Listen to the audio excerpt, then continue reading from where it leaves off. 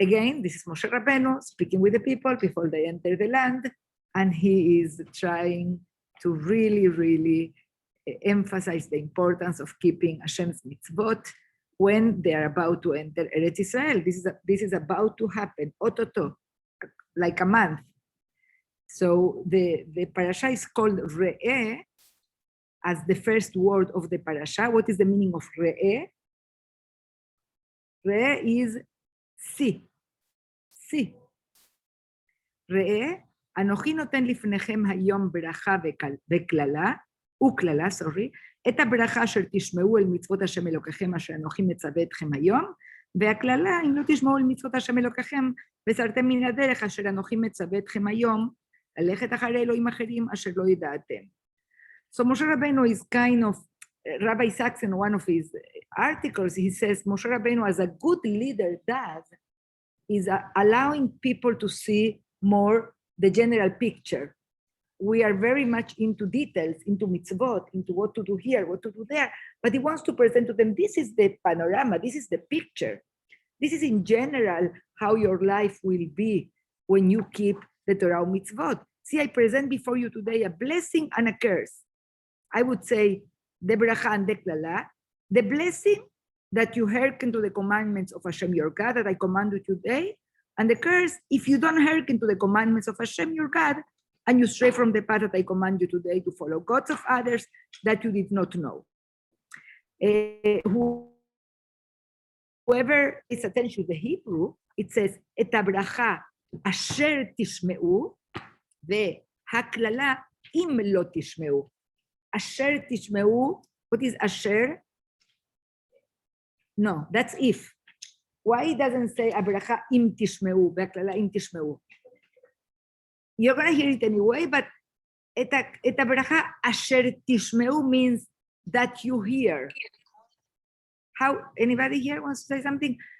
There are a few interpretations for why the Torah chooses to say habracha asher tishmeu. It doesn't say habracha im tishmeu.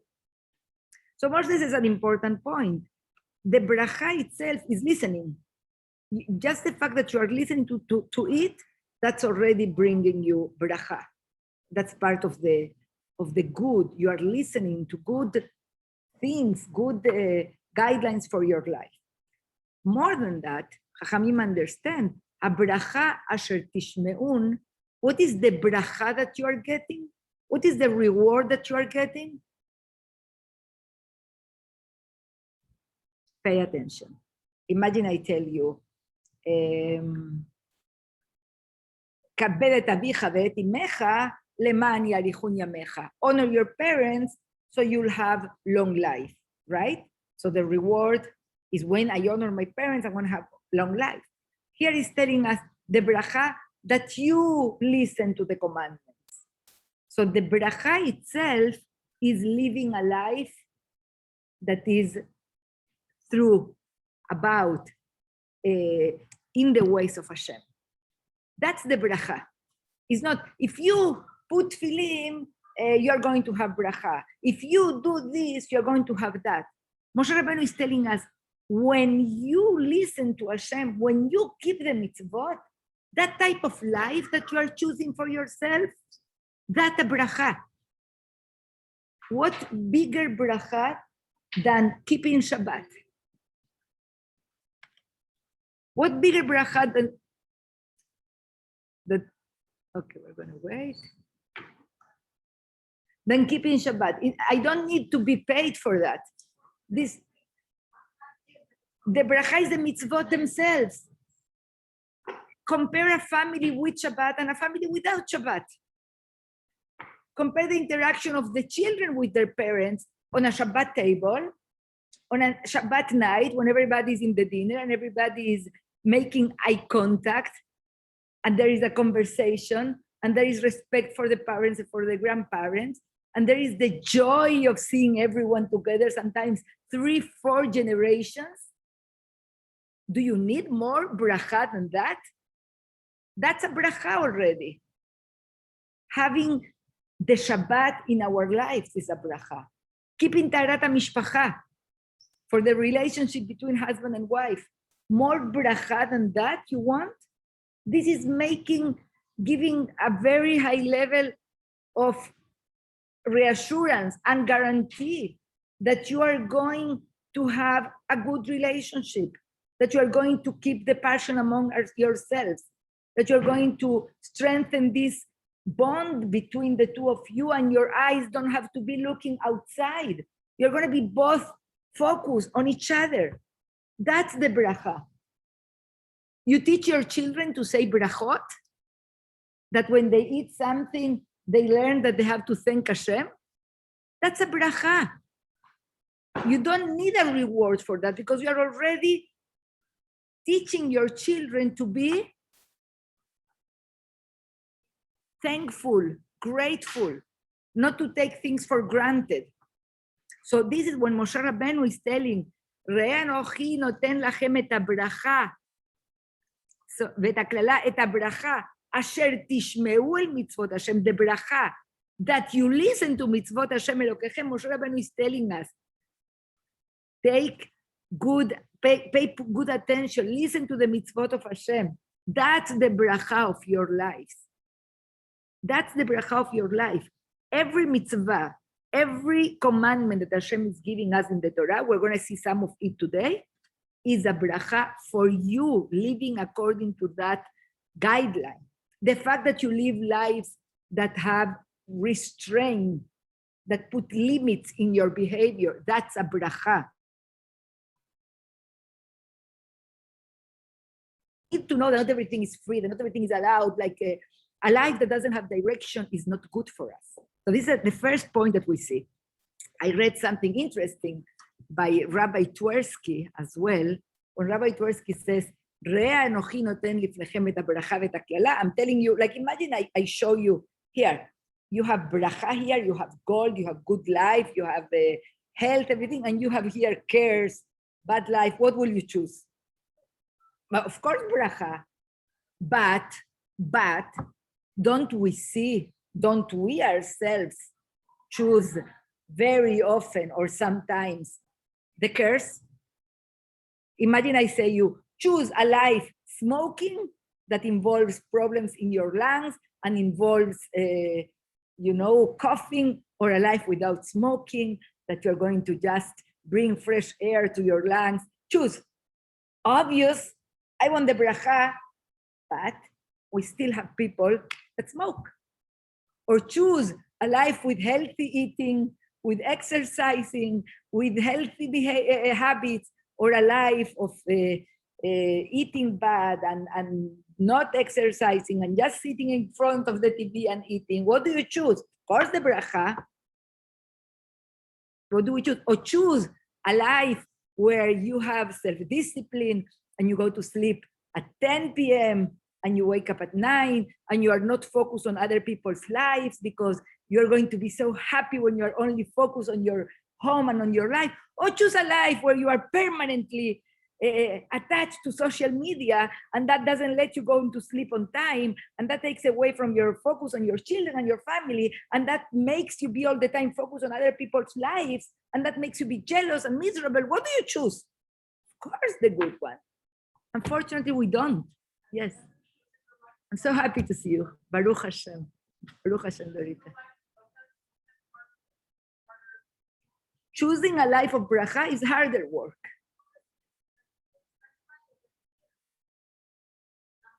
What are the choices? Let me see. French fries or baked potatoes, right? That's a big, difficult choice. So Kathy is adding an element. Dorita says this is more difficult. Kathy is also saying we have the now. Things are more attractive now, so I'm not always thinking about the consequences. That's why perhaps I will not choose the bracha. Rabbi Twerky says something interesting. He says there is a warning in the Torah in regards to bribe. Do not take bribe, ki hashochad ye'aver enet tzadikim, because the bribe make you blind. So here, whenever we're about to choose the bracha or the klala, the good or the bad, that it's so obvious, like who wouldn't choose? What are you telling us, Moshe Rabbeinu? Of course, we know We're going to choose the bracha, but sometimes we are bribed. We are blind by the bribe of the pleasure of the moment or of the satisfaction of the moment, and we don't see. That's why Moshe Rabbeinu is saying, see, Hashem gave you the ability to see, to differentiate between good and bad, between good choices and bad choices. But it's unbelievable how HaKadosh Baruch Hu is giving us free choice, Bechira Chofshit. And he kind of, Moshe Rabbeinu with Hashem, of course, is showing us this is good for you. And this is not going to take you to a good place. Imagine you are a young man, and you have to really build yourself, and you have to start thinking about your marriage, and you have to start making money, and you are every day partying, and every day looking for girls, and every day drinking, and every day, but don't you see? Do you see or you don't see? I'm blind.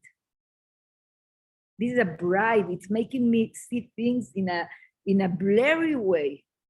I'm not always able to see the good. That's why the first word of the parasha is open your eyes. Re'eh. Contemplate. Think about what you are choosing. Don't just let things pass through you. And of course, it's unbelievable how we always feel it, how these parashiot of Dvarim, where Moshe Rabbeinu is warning us and teaching us, are bringing us, are coming together with the Yamim Anoraim, with Chodesh Elul. Sunday and Monday is Be'ezrat Hashem Rosh Chodesh Elul. We should think about the Rosh Chodesh class with time. So this is how the parasha is starting, giving us the choice between the bracha and the klala. The bracha is listening to mitzvot Hashem and living with them. The klala is when we don't listen and we deviate from the way. And then I'm going to see a little bit here of in the summary of the parasha I took from Chabad. The first aliyah, Moshe informs the Israelites that they can be the recipients of either blessings or curses. Blessings if they obey Hashem's commandments, and curses if they do not. He further instructs them to proclaim the blessings on Mount Gerizim and curses on Mount Ebal. This is going to happen once they cross the Jordan. Moshe Rabbeinu is telling them, you're going to cross, and they're going to do that when they go there with Yoshua. They're going to express what are the blessings and what they're going to say, what are the blessings in Mount Gerizim and the curses in Mount Ebal. The exact procedure of this ceremony will be described in the Kitabot Torah reading. Moshe then commands the Israelites to destroy all idols and their accessories that they will find when they enter Israel. He informs the nation that in the future, Hashem will designate a specific location, Jerusalem, where he will choose to rest his presence. Therefore, then, all sacrifices must be offered in this location. This is one very central part of our parasha, Hamakom Asher Yivchar Hashem, the place that Hashem will choose. So Moshe Rabbeinu is telling them, now when we are in the desert, we have the Mishkan, and we are offering sacrifices in the Mishkan. When we enter the land at the beginning, they are in the process of conquering the land. So they still did not establish the Mishkan. So in the Torah, Hashem is telling them, okay, meanwhile you can slaughter your animals everywhere in Israel, you don't need, but then there are many specifics about whenever we have to offer a korban, it's going to be only in Jerusalem, only in the Beit HaMikdash. That's the second aliyah that I just said. Although it is forbidden to offer sacrifices in any location other than the one designated by Hashem, it is permitted to slaughter cattle for consumption purposes, but blood may never be eaten. The consumption of various types and sundry sacred food is also restricted to the designated holy city. Here we see the mitzvah of shchita. We can eat outside of Jerusalem, but it has to be eaten after shchita. Vezavachta kasher tziviticha. And where do we get the details of how to do shchita? How do we know how to do shchita, how to slaughter an animal in a kosher way? I cannot hear you. Torah shebe'al peh, sorry. Torah shebe'al peh. The Torah is not telling me exactly how the knife has to be, where exactly it has to be cut, That's very important to realize, such an important mitzvah, such important details that we depend on them to eat kosher, to slaughter an animal, are not specified in the Torah. We require, we need all what Moshe got from Hashem. Hashem explained to Moshe, and Moshe explained to the people of Israel, the Zkenim, Nevi'im, etc., and that's how we get the details of that mitzvah. I'm going to continue because we're not going to.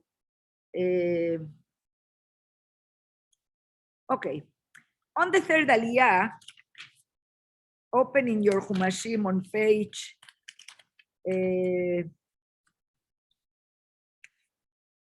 1007.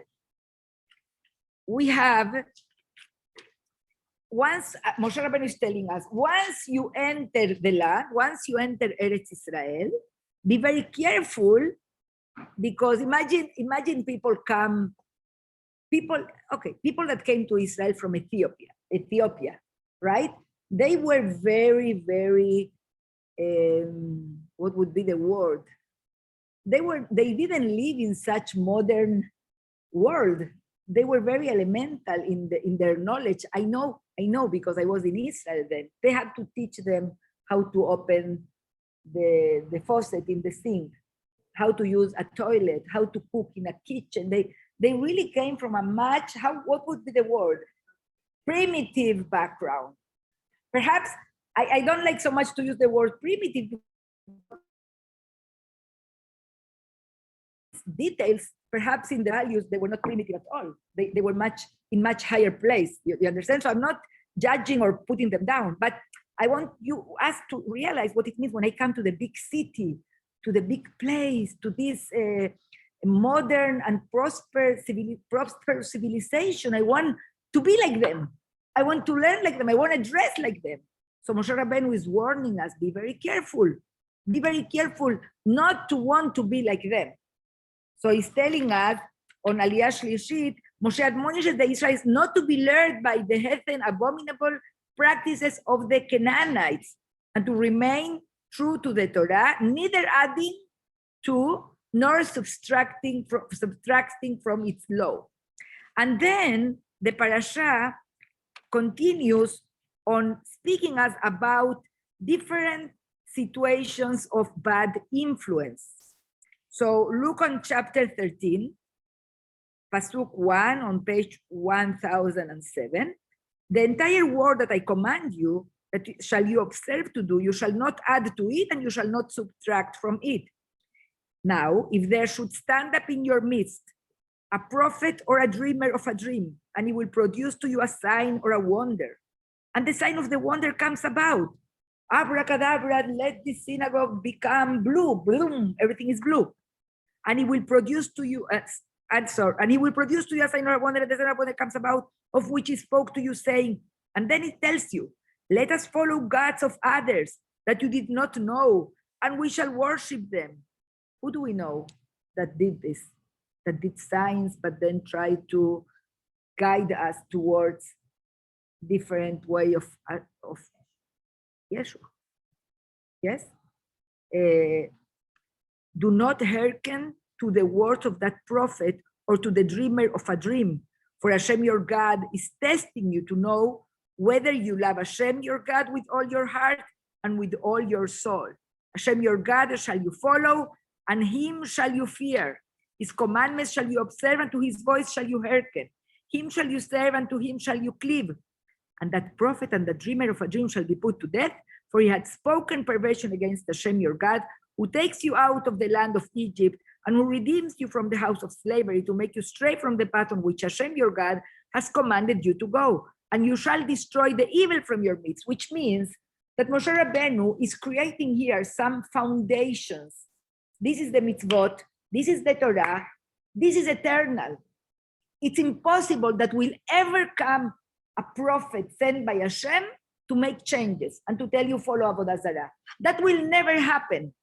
So as the marvelous as will be the miracles that prophet shows to you, as amazing as the signs that he is making in front of you, if the message is not to follow the Torah, not to serve Hashem, to follow other gods, you know that he is a Navi Sheker. Don't even bother. Imagine you come and they tell you that he was making so many miracles and he's telling us to go to worship this and this God. Don't even come to see, oh, let me see, what were the miracles? It doesn't matter. Even if he made the day to be night and the night to be day and he transforms nothing matters. In the moment that somebody is telling us to worship Avodah Zarah, Sheker. Is Navi Sheker, is a false prophet, do not listen to him. The second example that Moshe Rabbeinu is bringing us to warn us from bad influences is the wayward city. If in one of your cities that Hashem your God gives you in which to dwell, you hear saying, lawless men have emerged from your midst, and they have caused the dwellers of the city to go astray, saying, let us go and worship the God of others that you have not known. You shall seek out and investigate and inquire well, and behold, it is true. Okay, never just take the rumors. Investigate. If it's true, the word is correct, this abomination was committed in your midst, you shall surely smite the inhabitants of that city with the edge of the sword, lay it waste and everything that is in it. So even if it's a whole city, if it's a bad influence for Am Israel, we have to destroy it. If I think about us today, it's a little bit difficult to relate to this, but we do have elements and people that are trying to take us away from the Torah. And who do you know?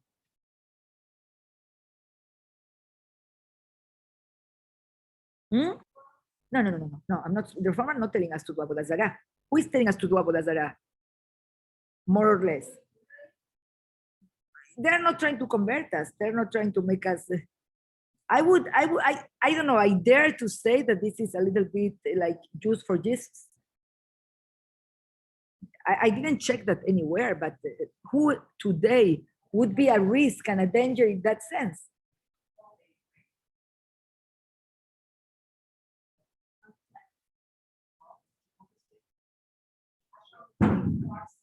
Oh, they speak Farsi?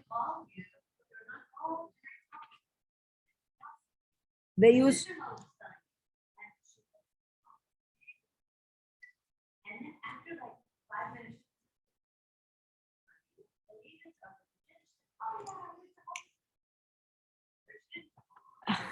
You know, they try to convert. In Israel, they go to the poor population and they identify situations, a vulnerable mother that is single with children, that doesn't have what to feed them, and they give them a lot of material things, and slowly, they absorb them. That's a very dangerous thing. Yes. That's the first pasuk.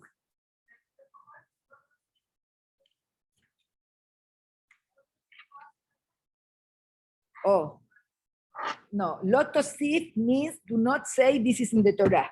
Another mitzvah that you say this is from the Torah. This is what's given by us from Hashem. And the Torah Shebe'al Peh has many rules. It's not whatever you want.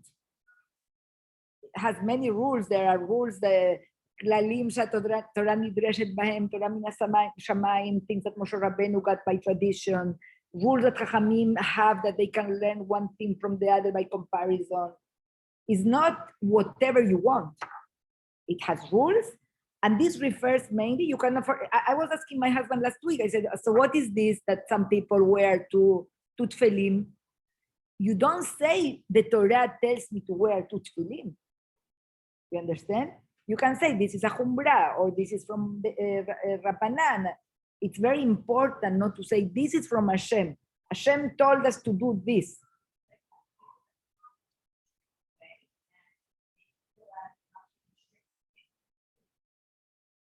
Yeah, but Kati doesn't mean that. Kati doesn't mean stricter. She means real mitzvot that we do. Like, for example, we don't cook milk with chicken, even that the Torah says "Lo tevashel gdi b'chalev imo," but it refers only to the goat, but it's the way Chachamim can understand what the Torah meant. So not every rabbi today can say, oh, you know what, I understand that it means that we dance and we jump on our feet every time that we say a bracha. It's a bedin, it's in a legal way. Yes, but for example, okay, that's a good one. We say it's only if there is a bedin that they can institute things that are becoming a mitzvah, and because Hashem gave them the power to do that.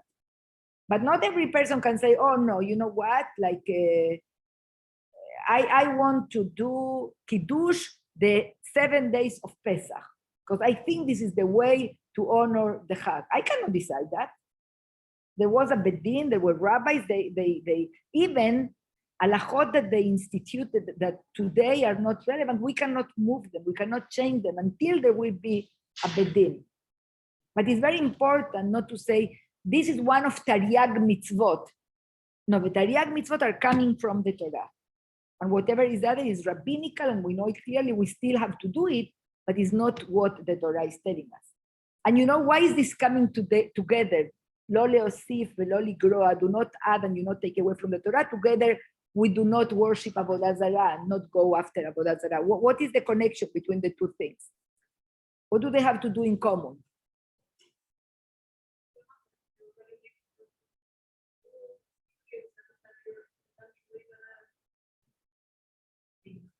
Okay, adding and making your own rules can lead you to Avodah Zarah, but also both are expressing you are not the only one and the right one. I know better. Not adding to the Torah and not taking out from the Torah is recognizing that Hashem is our God and we have absolute obedience and absolute respect for his word. And that's why we accept him and we accept his Torah without adding and without looking into any other gods and authorities. Okay?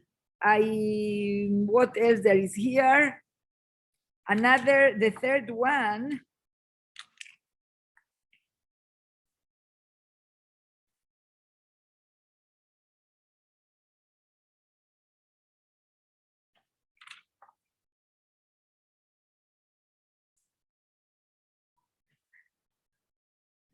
No, it's not the first time. We're speaking in the book of Devarim. This is the book of Devarim. Okay? So we have here another, with this I'm going to finish this part of the parasha, and we're going to go to the other one, to the other aliyah. On chapter 14, you are children to Hashem your God, you shall not cut yourselves, and you shall not make a bald spot between your eyes for a dead person. For you are a holy people to Hashem your God, and Hashem has chosen you for himself to be a treasured people from among all the peoples on the face of the earth.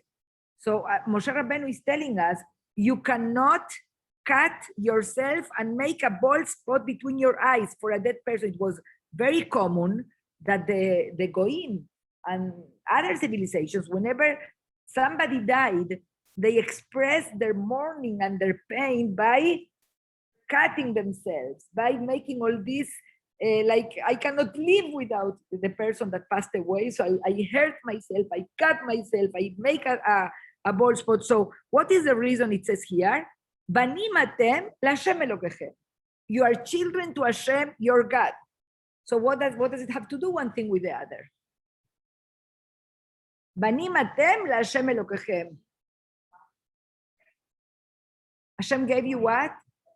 Hashem gave you the body. Okay, so that comes close to one of the opinions that because you are the children of Hashem, you have to look dignified. You cannot hurt your body. You cannot act in these ways. There is another opinion that says the fact that you are the children of Hashem has to make you understand that if God forbid, unfortunately, something tragic happens and somebody passes away, you accept it. You understand this is Hashem's ways.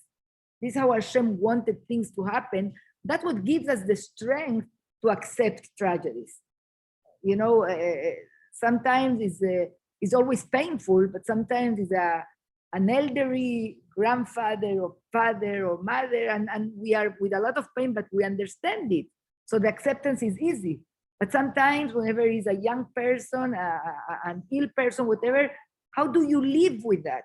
How parents can live with the loss of their child, and etc., etc. Hashem Yishmor. So knowing, Banim atem laHashem Elokechem, He is our Father. He is above everything that happens. So that's the only way, by the way, really. That's the only way that you can continue living. Like understanding, I know Hashem, that you are there and you are in charge of everything that happens to us. That's why what do we say? Baruch Dayan Haemet. We're blessing Hashem when something terrible happens to us. Baruch, you are Baruch. Baruch Dayan Haemet. And you know you are the judge. Dayan is judge of truth. You know that this is how things have to happen. So that the Kaddish as well is praising Hashem. So that's the connection between being the children of Hashem and the prohibition of cutting ourselves, because cutting our bodies like I cannot live with this. It's like really hurting ourselves. No. Life, we believe also the fact that we are the children of Hashem. We believe in Olam Haba, that things do not end here. Okay, now there is all the laws of kashrut are coming here on this aliyah.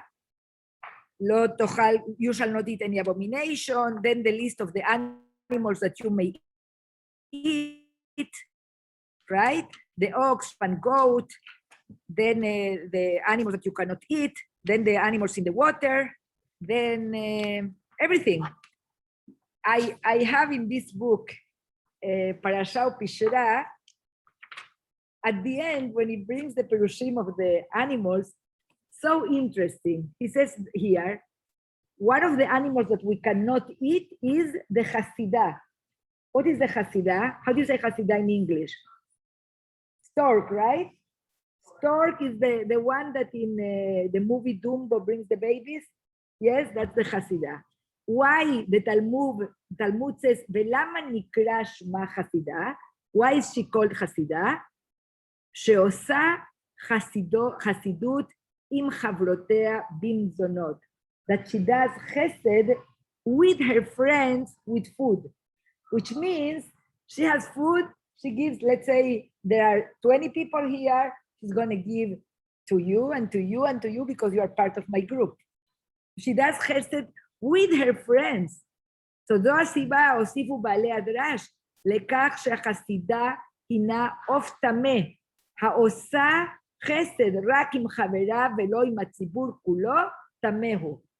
If a person is, I would say, is sensitive only to do chesed with the people close to me, with my family members or with my daughter or with my community only, and I don't care about anything else around me, this is tameh. This is a symbolic, of course, a symbolic interpretation. That's not, I don't know why Hashem said this animal, I don't know why I can eat chicken and I cannot eat rabbit. These are part of the chukim in the Torah. We don't really understand the real reason behind the prohibitions in kashrut. But this is a drash. A drash is a midrash that Chachamim understand. The same way they say about the chazir, right? About the pig. What do the Chachamim tell us? That the pig shows himself in the outside like he's kosher because his feet are like the cow, mafris parsa, split hooves, but inside he does in the part that we cannot see, he's not kosher. He's not a ruminant, so he is an hypocrite. So that Chachamim also see there a symbolic way of understanding why we cannot eat. That's not a real reason, but I thought that this of the Hasidah is such an amazing lesson. Open.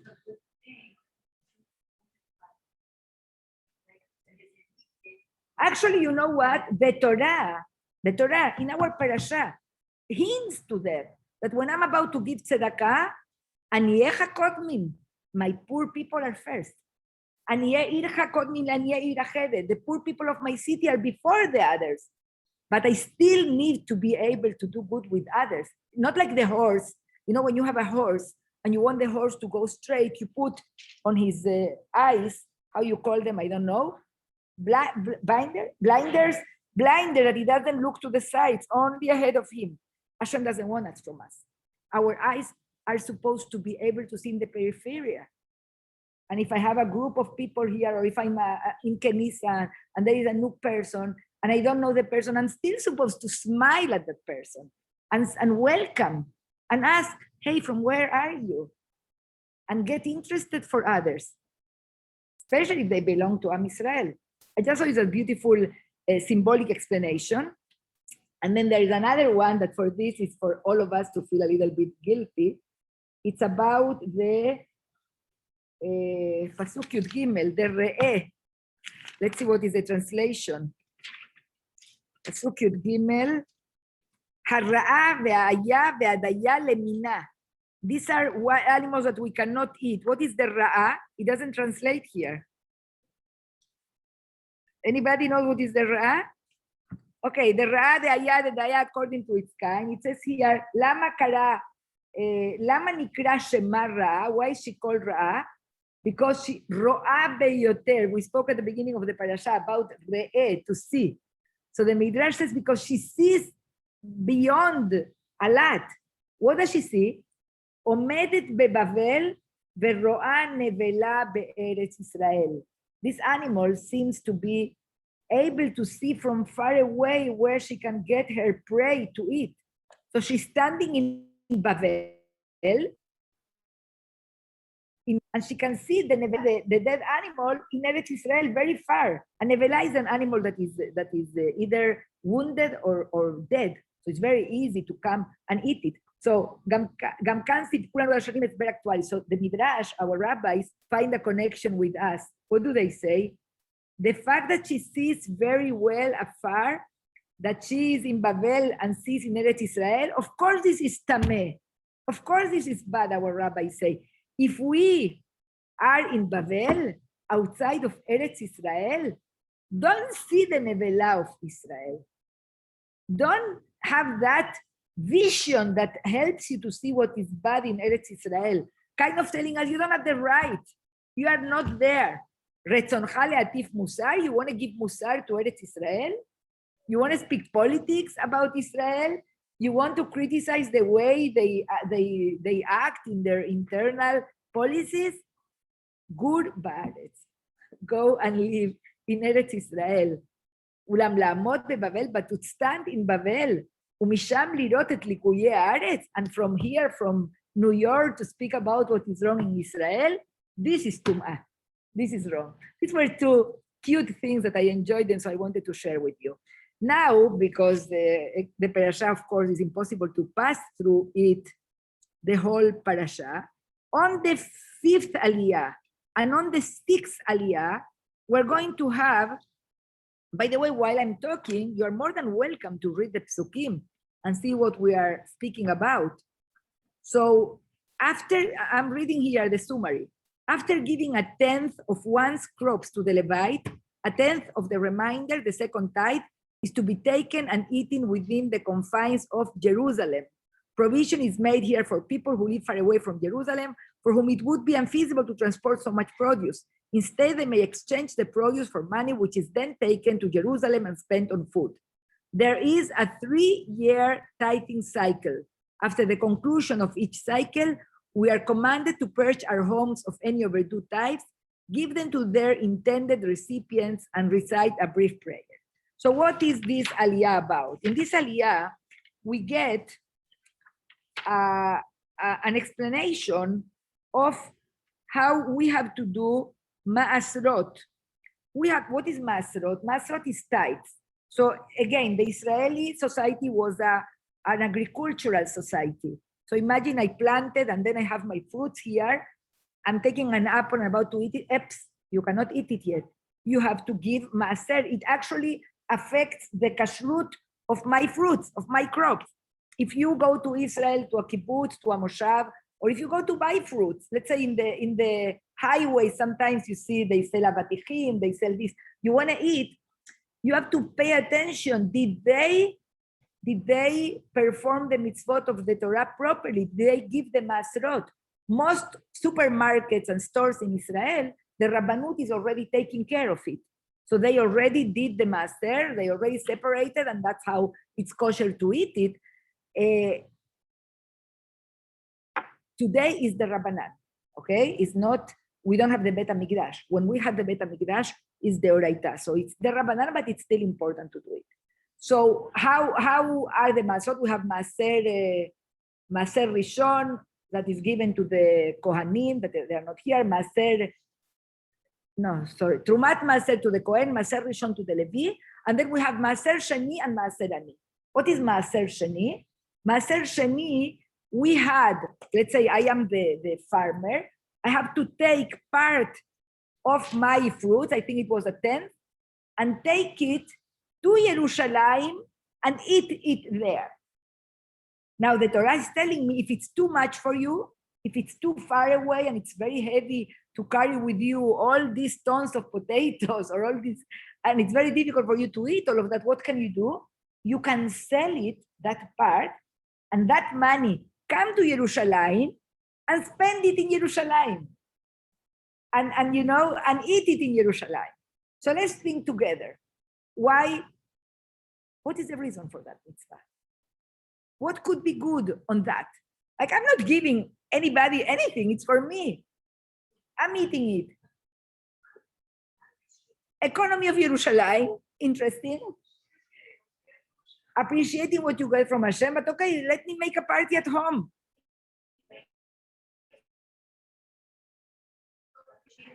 Makes you go to Yerushalayim. First thing, before all what you are saying, before that, the first thing that I get from here is that I have an entity, of course, is Hashem, telling me what to do with my money. I worked. It's my fruit.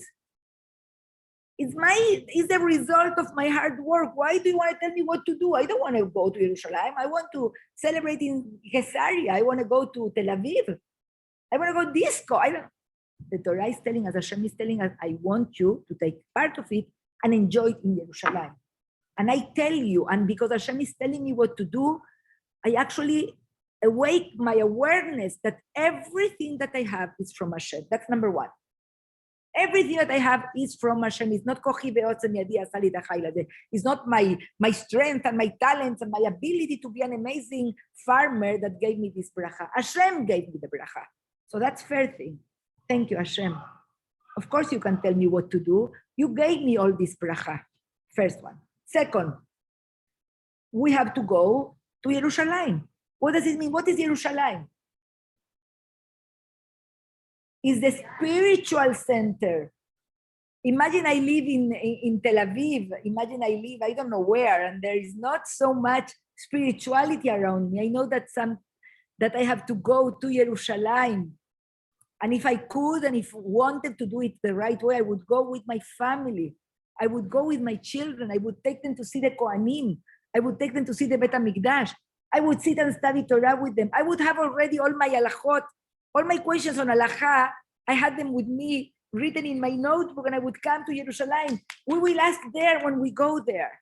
So it was an amazing opportunity of spiritual enrichment to the family. Yes.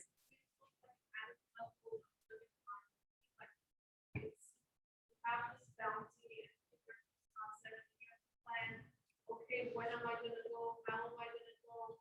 And every time you see that food, you say, oh, that's designated. I can't just like when we make brachot before we eat. It's not like you open your fridge and you shut something in your mouth. Pause for a second, think, connect. This is also, it seems like the same thing, like bringing Hashem into your life in another way. It's beautiful. You said it so beautifully. Living mindfully. It's throughout the whole process you are already thinking. You are putting aside a maaser. And it's really, really having the awareness that Hashem can decide for you because you are not the owner. It's coming from Hashem.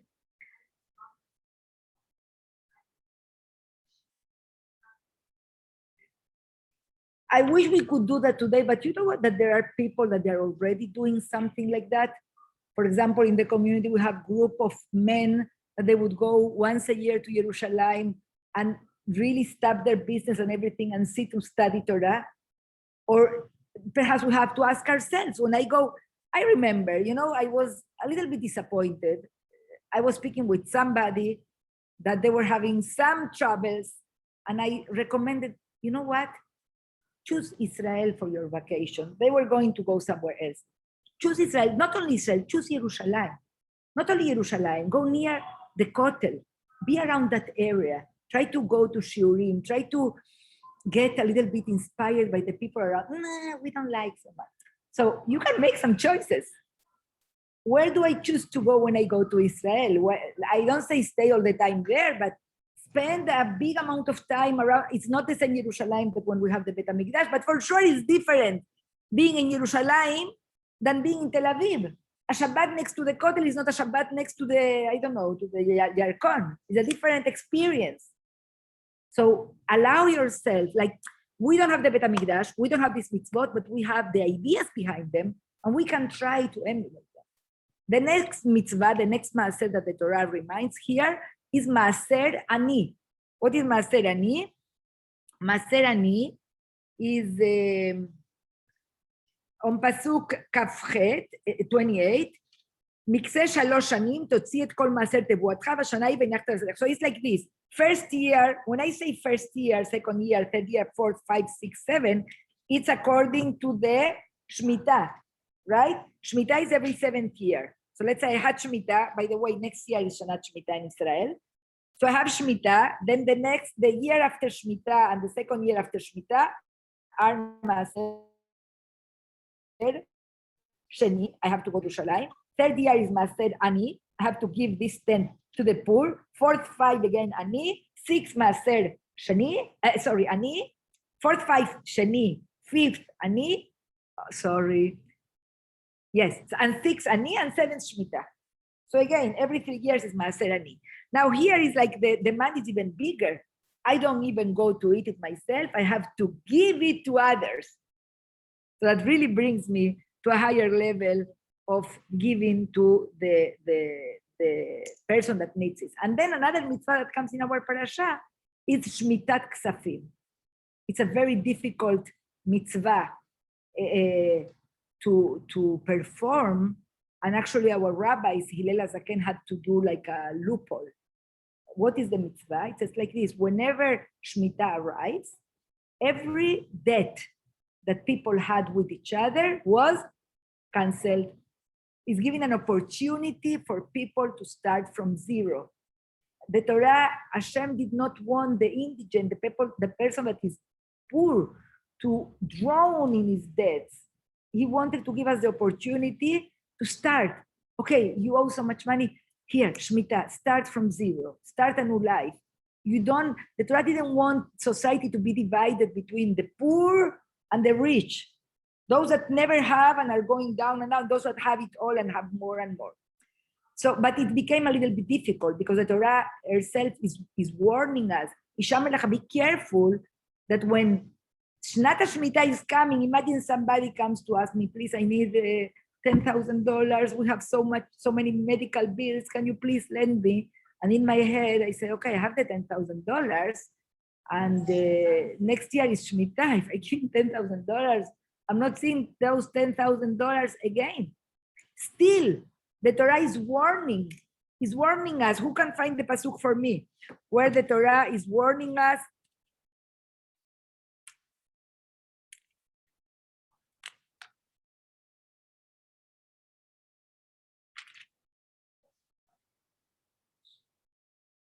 In Shishi, where?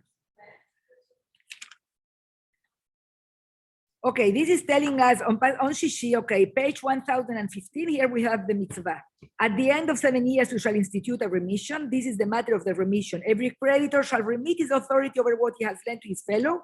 He shall not press his fellow or his brother, for he has proclaimed a remission for Hashem. You may press the Gentile, but over what you have with your brother, you shall remit your authority. However, may there be no destitute among you, rather Hashem, will surely bless you in the land that Hashem your God will give you as an inheritance to possess it. Only if you will hearken to the voice of Hashem your God, to observe, to perform his entire commandment that I command you today. For Hashem your God has blessed you as he has told you. You will lend to many nations, but you will not borrow. And you will dominate many nations, but they will not dominate you. So Hashem is warning us, do it, and you will be blessed. Don't be afraid of it, yes. Mostly, when they come to Eretz Israel, that was the Parnasa. They were, yes, this was a society, agricultural society, yes. Right now we do the 10% master from our salary, from what we have, and there are many halachot about that, of course, yes. If you raise your voice, they will hear. Even if like you're lending to someone and you don't get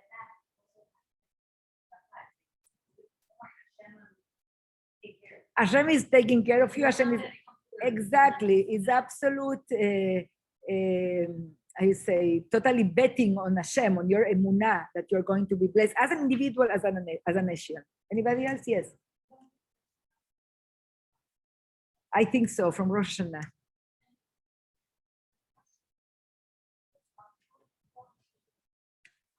You're too advanced, Moshe. We didn't get there. What? Right? Right? Yeah. I don't exactly know the halachot of Bechorot. I never studied them, so I don't know exactly what it meant. I don't know, but it's interesting to us. Just to finish, and of course, I always leave for the end whatever I needed to do the whole class. I recommend whoever can go to YouTube, Covenant and Conversation, Parashat Re'eh, Rabbi Isaac Zichrono has an amazing shiur, 10-12 minutes on this parasha. And he devoted his shiur on tzedakah, because what is coming next is about tzedakah.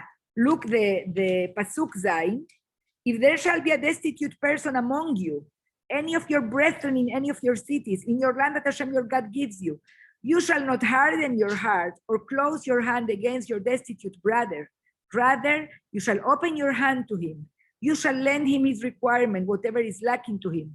Beware, lest there be a lawless thought in your heart, saying, the 7th year approaches, the remission year. This is what I was looking before.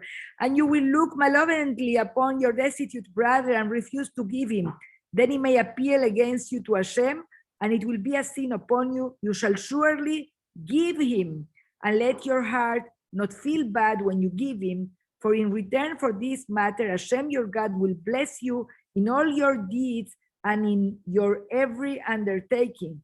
For destitute people will not cease to exist within the land. Therefore, I command you, saying, you shall surely open your hand to your brother, to your poor, and to your destitute in your land. So the Torah is speaking about lending, but it's also speaking about tzedakah.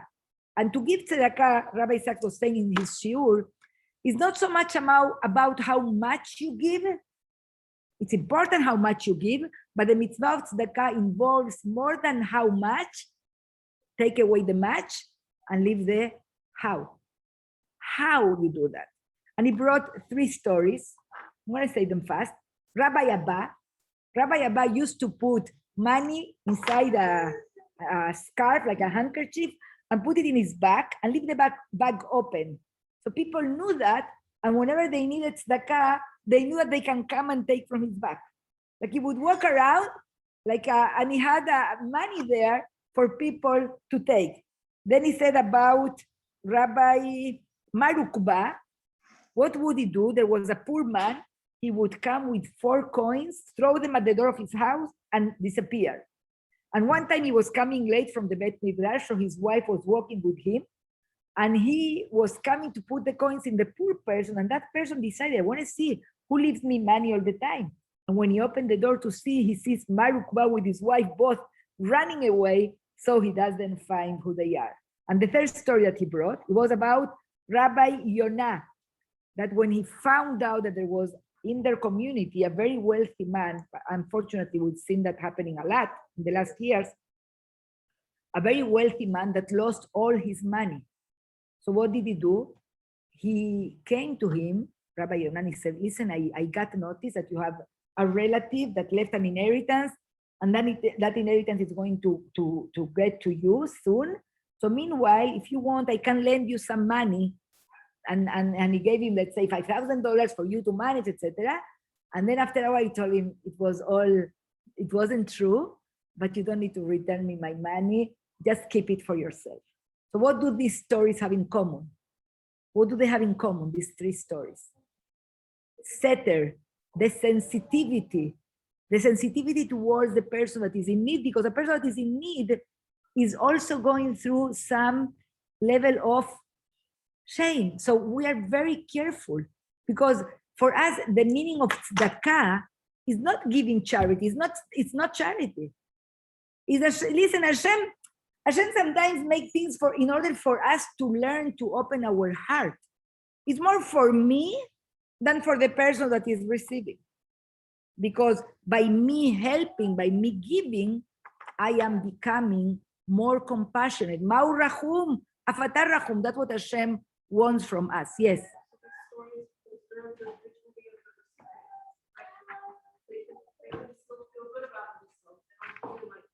Totally. It was in order to keep the dignity of the recipient. And there is a very interesting story about, here. התלמוד מספר על רבי ינאי, שראה אדם אחד שנתן זוז לעני בפרהסיה. He was walking and he gave in public, in front of everyone, tzedakah to somebody. ואמר, רבי ינאי told this person what he was giving the tzedakah, מוטב שלא נתת לו מעכשיו, שנתת לו וביישתו. For you, not to get all than giving him and embarrassing him. Because for what the Torah wants from us is not, it's not a dry system of laws. Actually, do you see in the Constitution of America, give to the person that is in need?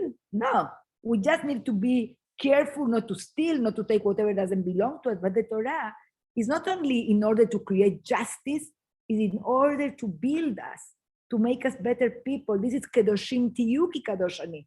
We are supposed to elevate ourselves by being empathetic and compassionate and understanding the other, and understanding that everything I have is from Hashem, and if I have it and the other one needs, it's for me to go and help. So that's why all these mitzvot, the Sefer HaChinuch says, "Acharei ha'peulot nimshachim al-levavot." Our hearts are going to follow the actions. By me giving, I'm going to affect my heart and what I become. Thank you and Shabbat Shalom. And there is, of course, much more as usual. Yes.